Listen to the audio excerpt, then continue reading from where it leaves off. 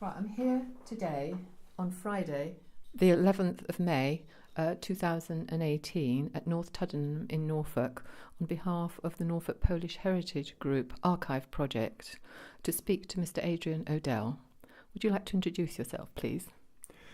Yes, my name is Adrian O'Dell, but I was born Adrian Zolkowski, and my father changed his name by picking O'Dell out of a phone book. And so I'm the first generation O'Dell, but I am 50% Polish. Right, that's very interesting. You've got to tell us more about your father in that case. Could you tell us his name, where he was born, and a little bit about him, please? Yes, my father was Stefan Zolkowski, and he was born in Siedlce, that's in the east of Poland, near the Białowieża forest, where they had the bison, in 1909. It was just about 150 kilometres from Warsaw, and his father was a cashier in a bank, but he left home after what I think was a happy childhood, except that his mother died when he was very young, so he was raised just by the father until the father remarried, and went to Warsaw, the capital, and became a printer. Right. Did he have any siblings?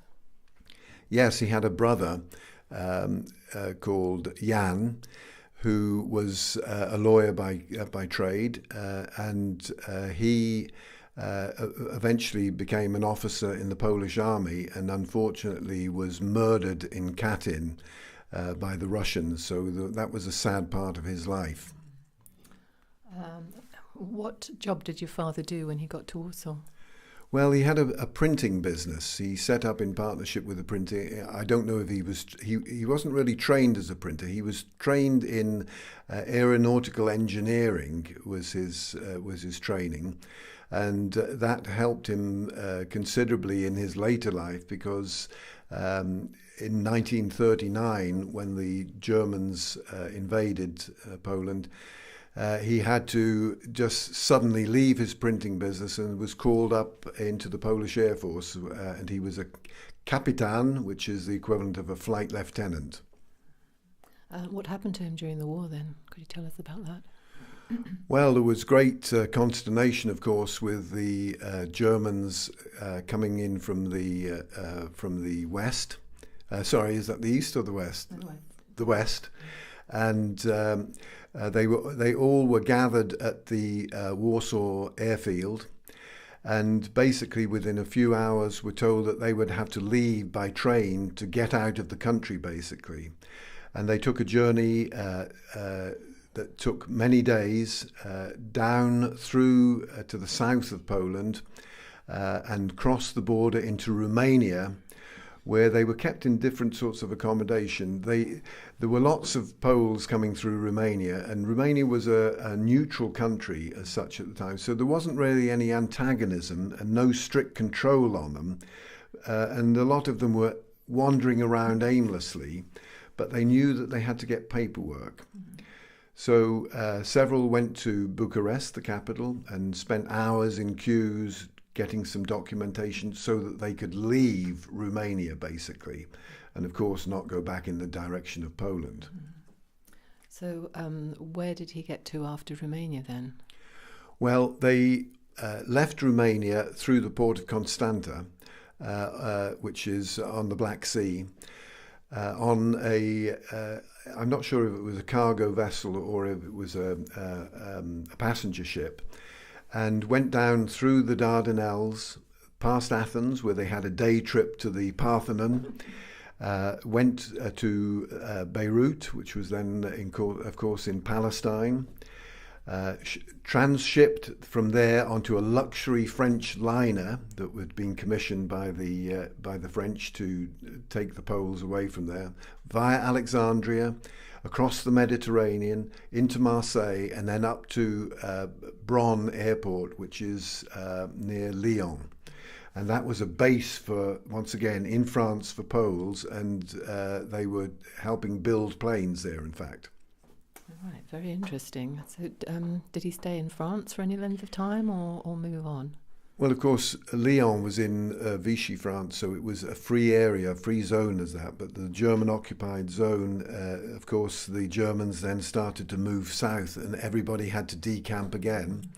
And they went out through the Spanish border with France, across the Mediterranean, into Morocco, took a train across the Atlas Mountains to Casablanca, and then eventually a coal ship up to, quite different to the French luxury liner, up to Glasgow.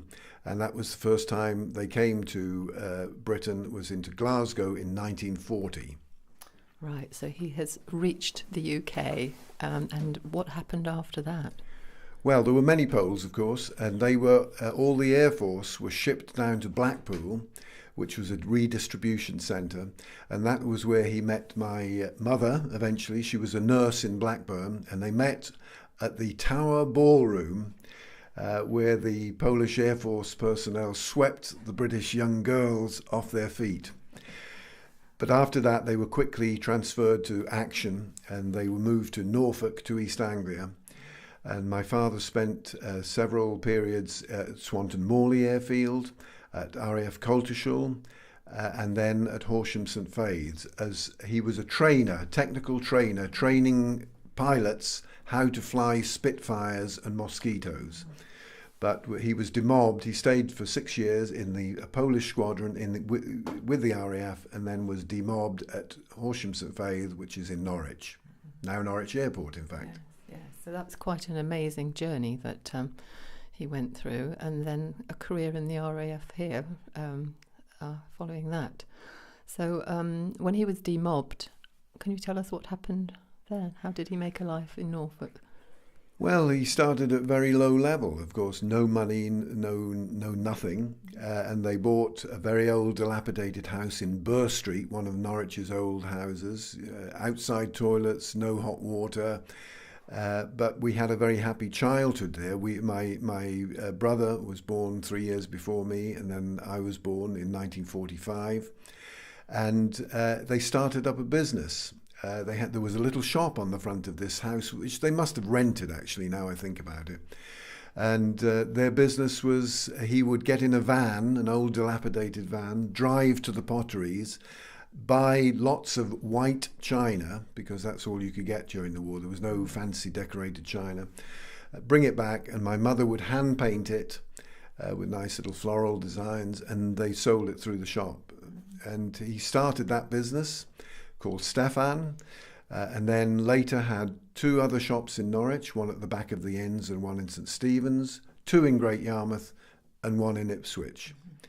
And they were shopkeepers, but they were also very involved in the community, initially through something called the International Club, which welcomed refugees and students of all nationalities.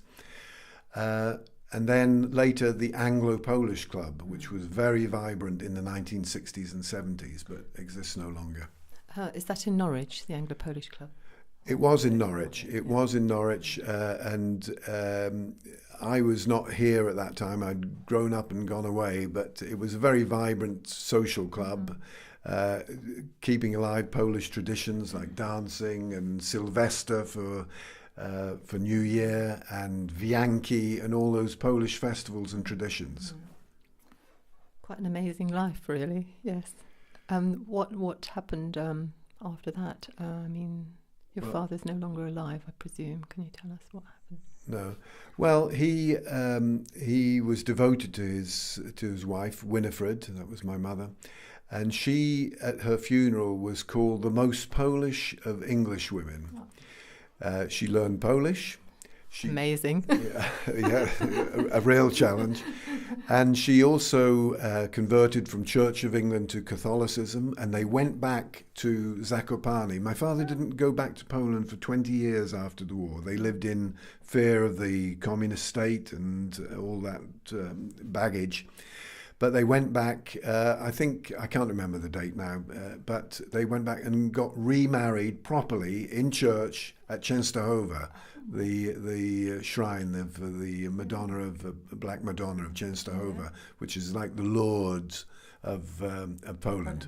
It certainly is. Yes, that's an amazing part of the story too. And my mother unfortunately died 4 years before he did, and he had always anticipated that he would go first. And it knocked him sideways. It really did. He was very unhappy for the last 4 years of his life, very disappointed. We were living in Scotland, my wife and I, so that was a bit of a sad ending, but he was a strong man to the very end, physically and mentally. Really amazing story. Is there anything else that you'd like to add? Can you think of anything else you'd like to add before we wind up? I still feel very strong a pole, and as one gets older, one tends to look back at historical things. That's the nature of getting older, and particularly at my heritage. And this is one of the reasons why I was very enthusiastic when the idea of a Polish Norfolk heritage group was started, and I now devote quite a lot of my life to this, honouring in a way his memory, but also my links with Poland. Yes. And of course you're chairman of the group, aren't you? Currently, until somebody ousts me. Doing a very good job. Thank you very much on behalf of the Norfolk Polish Heritage Group, the Archive Project. Thank you for talking to us today. Dziękuję.